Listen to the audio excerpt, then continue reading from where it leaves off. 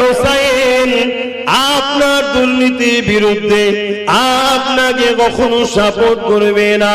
তখন এজিদ দেখলো ইমামে হোসেনকে জোর করে হলো বায়াত নিতে হবে, কেননা হোসেন যদি আমাকে না মানে একদিন হোসেনের দিকে তার নানা মদেরা দাঁড়িয়ে যাবে, তাহলে আমার রাজগদিটা নিরাপদ নয়। আর হোসেনকে যদি মানিয়ে নেওয়া যায় তাহলে দ্বিতীয় কোনদিন আর এই জমিনের উপরে আমার বিরোধী করার কেউ থাকবে না। তাই চেষ্টা করব।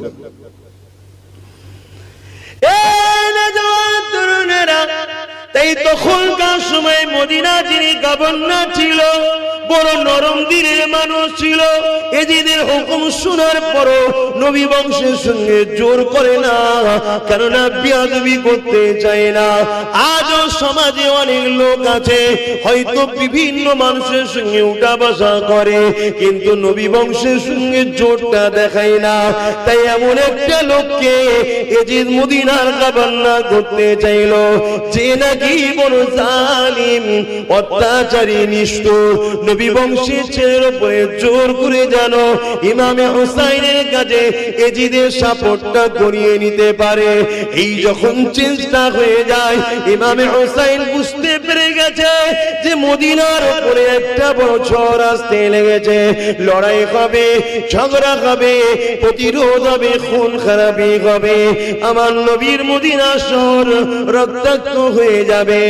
ইমামে হোসেন এই জন্য মন স্থির করলো, আমি মদিনা ছেড়ে দিয়ে মক্কা জমিনে চলে যাব, কেননা মক্কা জমিনে হারাম শরীফ থাকার জন্য, আল্লাহর ঘর থাকার জন্য মক্কাতে লড়াই করা হারাম, মক্কাতে জুদাই হওয়াটা হারাম, মক্কাতে ঝগড়া করাটা হারাম, মক্কাতে ফিতনা করাটা হারাম। এই জন্য ইমামে হোসেন মক্কায় যাবার রওনা নিয়ত করলে নিজের আত্মীয় স্বজনদের সঙ্গে আলোচনা করে নিলে, কে আছো আমার সঙ্গে মক্কা জমিনে যেতে চাও তৈরি হয়ে যাও। এখানে একটা কথা তোমাদেরকে বলি শোনো, নানা দিনের জন্য আল্লাহকে খুশি করার জন্য হোসেন মদিনা ছেড়ে দিয়ে মক্কায় চলে যাচ্ছে।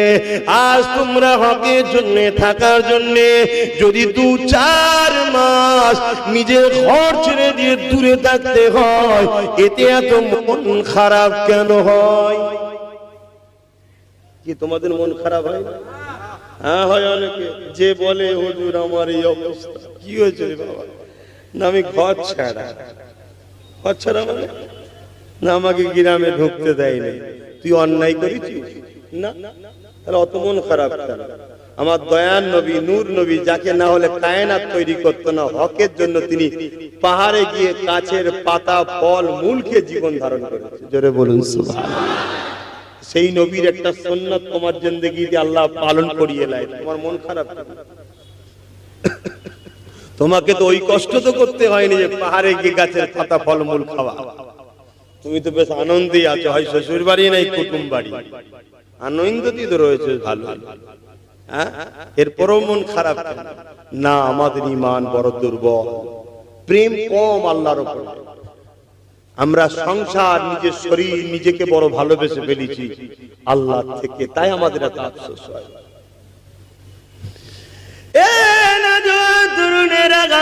ভেবে দেখে যিনারা হাজী সাহেব রয়েছেন, আল্লাহ পাকের কাবা শরীফ তওয়াফ করেছে, মদিনা শরীফে গেছে, মদিনা শরীফে 8 দিন থাকতে হয়, 40 ওয়াক্ত নামাজ।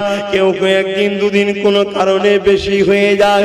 এই সামান্য কয়েকদিন মদিনা শরীফ থেকে যখন হাজিরা করে ফিরে আসতে লাগে, ওই হাজিরা চোখের পানিকে রুখে রাখতে পারে না। তাদেরকে সবাই সান্ত্বনা দেয়, সবর করো, সবর করো। তথাপি ও তারা বারবার সবুজ গম্বুজটা দেখে আর কেঁদে ফেলে, চোখে পানিকে তারা রুখতে পারে না। ইয়া রাসূলুল্লাহ, আমরা হিন্দুস্তানের মুসলমান, আমরা আপনার কাছে এসেছিলাম, আজ সময় হয়ে গেছে, চলে যেতে হচ্ছে। থাকার ইচ্ছা থাকলেও থাকতে পারবো না, কেননা রাষ্ট্রের আইনের সিস্টেম রয়েছে, আমাকে রাখবে না। ইয়া রাসূলুল্লাহ, আপনাকে ছেড়ে ছেড়ে বিদায় নিতে বড় ব্যথা হয়, চোখের পানি ফেলে হাজিরা কাঁদে, তাহলে ভেবে দেখেন সেই দিন ইমামে হোসেনের কত না কষ্ট হয়েছিল। যে রাস্তা দিয়ে হোসেন ছোটবেলা থেকে নানার কাঁধে কাঁধে ঘুরে বেরিয়েছে, যে গলিতে গলিতে রাসূলুল্লাহর হাত ধরে ঘুরেছে। এই জন্য মদিনা সাহাবা হুজুররা এজিদের হাতে কেউ বায়াত হতে চাইল না। ওই সময় এজিদ দেখলো হোসাইনকে যদি বায়াতটা করতে পারি, অর্থাৎ আমার যদি সাপোর্ট করাতে পারি, তাহলে সবাইকে সহজে হয়ে যাবে, ঠিক না বেটি? মেন মাথা চলে এলে তো পুরো শরীরই চলে যাবে। তাই পাইগম এসে গেল, ইমামে হোসাইন হুজুরকে গভর্নর ডাক দিল। যাবার পরে খবর পেলেন যে এজিদ খলিফা দাবি করেছে, আপনাকে বায়াত নিতে বলেছে। ইমামে হোসাইন হুজুর বলেছিলেন আমার নিতে কোনো আপত্তি ছিল না। মাবিয়া হুজুরের হাতে আমার ভাই নিজে খেলাফত ছেড়ে দিয়ে মাবিয়া হুজুরকে খেলাফত দিয়েছে, তাহলে আমি হোসাইন, আমার গদি সাম্রাজ্য রাজত্বর কোনো লোভ লালসা নাই। যদি থাকতো আমার ভাইও তাহলে মাবিয়া হুজুরকে ছাড়তো না, বুঝছেন তো নাকি? কিন্তু মাবিয়া হুজুর ছিলেন ভালো, এজিদ সারাফি, বদমাইশি, লম্পট, এমনকি মায়ের সঙ্গে বেটির সাথে বিবাহ পর্যন্ত এজিদ জায়েজ করে দিয়েছিল। আমার রাসূলের রিসালাতকে অস্বীকার করত, আমার নবীর দ্বীনের বিরুদ্ধে ছিল, গরীবদের উপরে লুট, অত্যাচার, মারপিট করে সর্বসময় বেড়াতো, মদ নারী নিয়ে ফুর্তিতে জিন্দেগি কাটাতো। এজন্য আমি হোসাইন তার হাতে হাত দিতে পারবো না। আর আমরা আজকে যারা হোসাইনি দাবি করি, আমরাও তাদেরকে সাপোর্ট করি যারা এই মেয়ে, মদ, জুয়া, শরাব নিয়ে ব্যস্ত, তাদেরকে সাপোর্ট করি। আচ্ছা, আমরা বলি আমরা হোসাইনি, বলতে বাপ ট্যাক্স লাগে না, বলো তোমার আল্লাহ যদি তোমাকে হোসাইনি বলে মেনে নেয় তো ভালো জিনিস। কিন্তু মনে রাখবেন, উত্তর দেবেন একটু মন খুলে। কেউ যদি নবীর হাতে বায়াত হয়ে সাহাবী হয়ে আর আবু জেহেলকে সাপোর্ট করে, সে কি সাহাবা থাকবে? আজ কেউ হোসাইনি দাবি করে আর সারাবি, বদমাইশ, লম্পট, কি বলে নারী দেহ পিপাসিত মানুষকে যদি সাপোর্ট করে, সে কি হোসাইনি থাকতে পারে? কখনো থাকবে না। অতএব অন্যায় করা আর অন্যায়কে সাপোর্ট করা একই, মনে রাখবেন। তরুণেরা আল্লাহ নবী নবী দা নবী একদিন নবী আমার মদিনা নববী শরীফে বসে আছেন, দুই কোলে দুটো বাচ্চাকে নিয়ে। আল্লাহ নবী আদর করে চুমা দেয় ভালোবাসে। হঠাৎ করে হযরত জিবরাইল সাল্লাম চলে আসলেন, আর এক রাতের মধ্যে আছে তিন বাচ্চাকে নিয়ে বসে আছেন। এসে আল্লাহ নবীকে বললেন, ইয়া রাসূলুল্লাহ, হাবিবাল্লাহ, এই দুই বাচ্চার মধ্যে একটাকে আপনি রাখেন আর একটাকে আল্লাহ পাক নিয়ে নেবেন। ভেবে দেখুন পরীক্ষাটা কেমন। দিন দুনিয়ার বাদশা দুটো বাচ্চাকে কোলে করে নিয়ে বসে আছে, বাচ্চা দুটো খেলছে, একজনের নাম হযরত ইব্রাহিম আর একজনের নাম হযরত হোসাইন। ছোট শিশু, নানার কোলে আর আব্বার কোলে, একটা নিজের বাচ্চা আর একটা খাতুনে জান্নাতের বাচ্চা, আদর করছে। বাচ্চা দুটো খুশি করছে। হঠাৎ করে জিবরাইল সাল্লাম এসে বলছেন, হুজুর, একটা আপনাকে নিতে হবে আর একটা আল্লাহ পাকের হুকুম নিয়ে যেতে হবে, কোনটা আপনি নেবেন? আল্লাহ যাকে যত ভালোবাসে তাকে আল্লাহ তত পরীক্ষা নয়।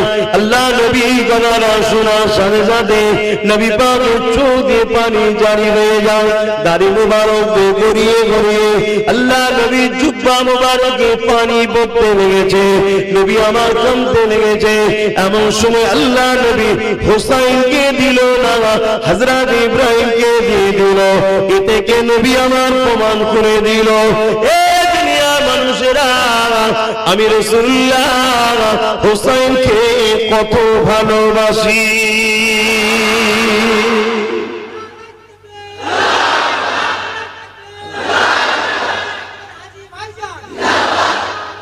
আল্লাহ। কিন্তু রাসূলের জীবনীতে কোনোদিন হোসাইনের জন্য এই দোয়াটা রাসূল চাইনি যে আল্লাহ আমার হোসাইন যেন কারবালায় শহীদ না হয়। এই দোয়াটা কিন্তু কোনোদিন চাইনি। কেন? অথচ নবী আমার যা চেয়েছেন আল্লাহ পাক কখনো ফিরিয়ে দেননি। আল্লাহ নবী যখন যেটা চেয়েছেন আল্লাহ পাক দিয়ে দিয়েছেন। এমন আয়াত কোরআনের মধ্যে আছে নবী পাককে চাইতে হয়নি, নামাজের মধ্যে দাঁড়িয়ে দাঁড়িয়ে আসমানে দিয়ে বারবার তাকিয়েছে। আমার আল্লাহ পাক জিবরাইলকে পাঠিয়ে দিয়েছে, এ জিবরাইল দুনিয়ার জমিনে চলে যাও, আমার হাবিবকে যে জানিয়ে দাও আপনার তাকানো আল্লাহ পাকের বড় পছন্দ হয়েছে। আপনি বাকি যে দূরে রাত নামাজ আছে ওই নামাজটা কাবার দিকে মুখ করে আদায় করে নেন। আগে বাইতুল মুকাদ্দাসের দিকে ফিরে নামাজটা পড়তে ছিল। আল্লাহ নবী সঙ্গে সঙ্গে দূরে কাত নামাজটা কাবার দিকে ঘুরিয়ে আদায় করে নিল। নবী আমার চাইল না, শুধু মনের মধ্যে ইরাদা করেছে আল্লাহ পাক কাবাকে কিবলা বানিয়ে দিলে। সেই নবী তো বললেই হতেন যে আল্লাহ আমার বাচ্চা হোসাইন যেন কারবালায় শহীদ না হয়। আর হোসাইনের তো মর্যাদার তো অভাব নেই, দুনিয়ায় জান্নাতের সার্টিফিকেট পেয়ে গেছে, যুবকদের সরদার হবে। তাহলে কি দরকার ছিল এত কষ্ট করা? নানার উম্মতদের ঘরে শিখিয়ে দিল, যতই কঠিন অবস্থায় এসুক না কেন রাসূলের দ্বীনের সঙ্গে কখনো গাদ্দারি করবে না, এটাই শিখিয়ে দিল। কিন্তু আজ আমরা তো বড় বড় মিছিলও করি, বড় বড় মাহফিলও করি, যেখানে হোসাইনও হয়, সবই হচ্ছে, কিন্তু আমরা হোসাইন হুজুরের মূল যে লক্ষ্য, মূল যে মিশন, কারবালার যে মূল ইতিহাস, সেই কাজ থেকে আমরা কতটা অ্যাকসেপ্ট করতে পেরেছি,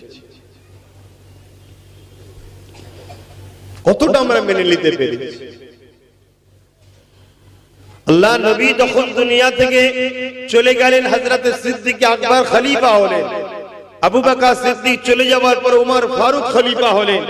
উমর ফারুক চলে যাওয়ার পর উসমান গনি খলিফা হলেন। উসমান গনি চলে যাওয়ার পর হযরত মাওলা আলী খলিফা হলেন। হুজুর চলে যাওয়ার পরে দুটো দল তৈরি হয়ে গেল। একটা হযরতে মাবিয়া হুজুরকে চায়, হযরতে হাসান হুজুরকে চায়। হযরতে হাসান হুজুরও খলিফা ঘোষণা দিলেন, তাকে মাননেওয়ালারা মন খারাপ করার কিছু নেই। এ নওজওয়ানেরা, আল্লাহ নবীর নওয়াজা হযরত ইমাম হুসাইন হুজুর আমার এইভাবে যখন চিঠিটা পেল, এলাকার মানুষ সবাই বলতে লাগলো হুজুর আপনি যাবেন না, কেননা কুফার মানুষেরা হযরত আলী হুজুরকেও ধোঁকা দিয়ে শহীদ করে দিয়েছে, অতএব আপনি যাবেন না। আবার একটা চিঠি এসে গেল, এইভাবে বারবার চিঠি আসতে লেগেছে। ইমাম হোসেন হুজুর যেতে লেগেছে, কিন্তু সবাই বারণ করে। ঠিক এমনই সময় একটা চিঠি এসেছে, যে চিঠিতে হাজার হাজার মানুষের সই রয়েছে এবং তাতে লিখা রয়েছে, ও হযরত ইমাম হোসেন, আমরা জালিমকে সাপোর্ট করতে চাই না, আপনাকে সাপোর্ট করতে চাই। যদি আপনি না আসেন, কিয়ামতের দিনে আপনার নানা জানকে আমরা জানাবো যে হোসেন এলো না বলে এই নাচারে আমরা জালিমকে মানতে বাধ্য হয়েছিলাম। এই জায়গায় আপনি সেদিন জবাবটা দেবেন। এই চিঠিটা দেখার পরে ইমাম হোসেন সাথী সঙ্গীদেরকে বলতে লাগলো, এবারে আমার জন্য আর থাকা যাবে না, যাওয়াটা বড় জরুরি হয়ে গেছে। এই কথাটা যখন শুনলো সাহাবা হুজুররা পরামর্শ দিলে, আপনি নয় দুদিন পরে যাবেন, আপনার একজন কাউকে প্রতিনিধি করে প্রথমে পাঠান। এই ইমামে হোসেন হুজুর তিনার ভাইকে পাঠালেন, হযরতে মুসলিম হুজুরকে পাঠিয়ে দিলেন। হুজুরের সঙ্গে দুটো ছোট বাচ্চা চলে গেল, কুফার জমিনে পৌঁছে গেল। কুফার জমিনে যাবার পরে জামে মসজিদে নামাজ পড়ে নিয়ে হযরতে মুসলিম হুজুর খুতবা দিতে লাগলে, ওয়াজ করতে লাগলে, বাবার ইমামে হোসেনের পক্ষে থেকে আমি এসেছি, যারা হোসেনের বায়াত নিতে চাও তারা আমার হাতে বায়াত নিয়ে নাও। একটা দুটো নয়, 12 হাজার মানুষ বায়াত নিয়ে নিল। এইভাবে হুজুর আমার দেখলেন পরিস্থিতিটা বড় ভালো, তাই চিঠি লিখে দিলেন, ও হযরত ইমামে হুসাইন, হুজুর পরিস্থিতি বড় ভালো, আপনি চলে আসে। চিঠি বহন করে রওনা হয়ে গেল। কিন্তু এই খবরটা ওদিকে আবার এজিদের কাছে চলে গেল। এজিদ দেখলো কুফার যে গভর্নর রয়েছে সে বড় নরম দিলের মানুষ, নবী বংশে সে বিয়াদবি করবে না। আল্লাহ নবীর নওয়াজ হযরত ইমামে হুসাইন, হুজুরকে আল্লাহ পাক কতটা ভালোবাসতেন। রাতের মধ্যে আছে ইমামে হাসান হুসাইন যখন রাত্রিরে কেঁদে উঠতেন, আর হযরতে খাতুনে জান্নাত নামাজের মধ্যে দাঁড়িয়ে থাকতেন, ওই সময় আল্লাহ পাক জিবরাইল সাল্লামকে পাঠিয়ে দিতেন, ও হযরতে জিবরাইল দুনিয়া জমিনে যান, আমার ফাতেমা আমার ইবাদতে দাঁড়িয়ে আছে আর হাসান হোসেন কাঁদতে লেগেছে, ওই বাচ্চা দুটো কাঁদবে, আমি আল্লাহ আমার রহমতের দুনিয়ায় বড় জোশ মেরে ওঠে। এ জিবরাইল রে, যা দুনিয়া জমিনে গিয়ে আমার হাসান হোসেনকে দোলা দিয়ে খুন করিয়ে দে। সেই হাসান হোসেন হুজুরের কথা শুনে যারা খুশি হয়, এতটুকু ধারণা রাখতে পারো তোমাদের ঈমানটুকু আছে, জান্নাত যাওয়ার লাইনটা এখনো আছে, বলুন সুবহানাল্লাহ। আর হুজুরদের কথা শুনে যাদের ভালো লাগে না, এতটুকু জেনে রেখে দিও তোমার ঈমানটা গেছে। তুমি নানার উম্মতের মধ্যে দুটো কখনো খলিফা হতে পারে না। এক নিয়ামের মধ্যে দুটো তরোয়াল যেমন রাখা সম্ভব নয়, তাই তিনি নিজে আগিয়ে হযরতে মাবিয়া হুজুরের কাছে গিয়ে আলোচনার পর নিজের খেলাফত থেকে ইস্তেফা দিলেন। হযরতে মাবিয়া হুজুর আমিরুল মুমিনিন হয়ে গেলেন, বাদশা শাহিনশাহ খলিফা হয়ে গেলেন। 20 বছর রাজত্ব করেছিলেন। 20 বছরে কোনো দিনের জন্য হযরতে মাবিয়া হুজুর হাসান হোসেন হুজুরের শানে গুস্তাখি করেনি, বিয়াদবি করেনি। কিন্তু হুজুর চলে যাবার পর হুজুরের ঘরে একটা জালিম বদমাই লম্পট শয়তান সন্তান তৈরি হয়েছিল, যার নাম হলো এজিদ। 61 হিজরিতে এজিদ ঘোষণা দিয়ে দিল যে আমি নিজে খলিফা, এবং শুধু ঘোষণা দিয়েছে তা নয়, রাসূলের যে নিয়ম সিস্টেম সবকিছুকে ব্রেক করে দিয়ে নিজের খেয়াল খুশি মতো লোককে অর্থ দিয়ে পয়সা দিয়ে কিনে বিভিন্ন জায়গাতে গভর্নরদের ঘরে কিনে নিজে খলিফা খেলাফতের দায়িত্বে বসে গেলেন। এইদিকে চিঠি এসে গেল মদিনা শরীফে, তখন ইমামে হোসেন হুজুর আছে, হযরত হাসান হুজুর তখন ইন্তেকাল করেছে। একটু ইতিহাসটা বলি তবে বুঝতে পারবেন। কেন আজ কিছু মানুষ দুনিয়ার বুকে এখনো এজিদের পক্ষে আছে না নাই, একটু আওয়াজ দেবেন। সোশ্যাল মিডিয়ায় দেখবেন অনেক বক্তাও এখন অজ করতে করতে এজিদকে বাঁচাবার চেষ্টা করছে। এজিদকে রহমতুল্লাহ আলাইহি বলছে, রাদিয়াল্লাহু তাআলা বলে ফেলছে। আবার কেউ কেউ বলে এজিদ তো আর ডাইরেক্ট মারার কথা বলেনি, সৈন্যরা মেরে ফেলেছে। এখন হচ্ছে এজিদকে বাঁচাবার চেষ্টা করছে।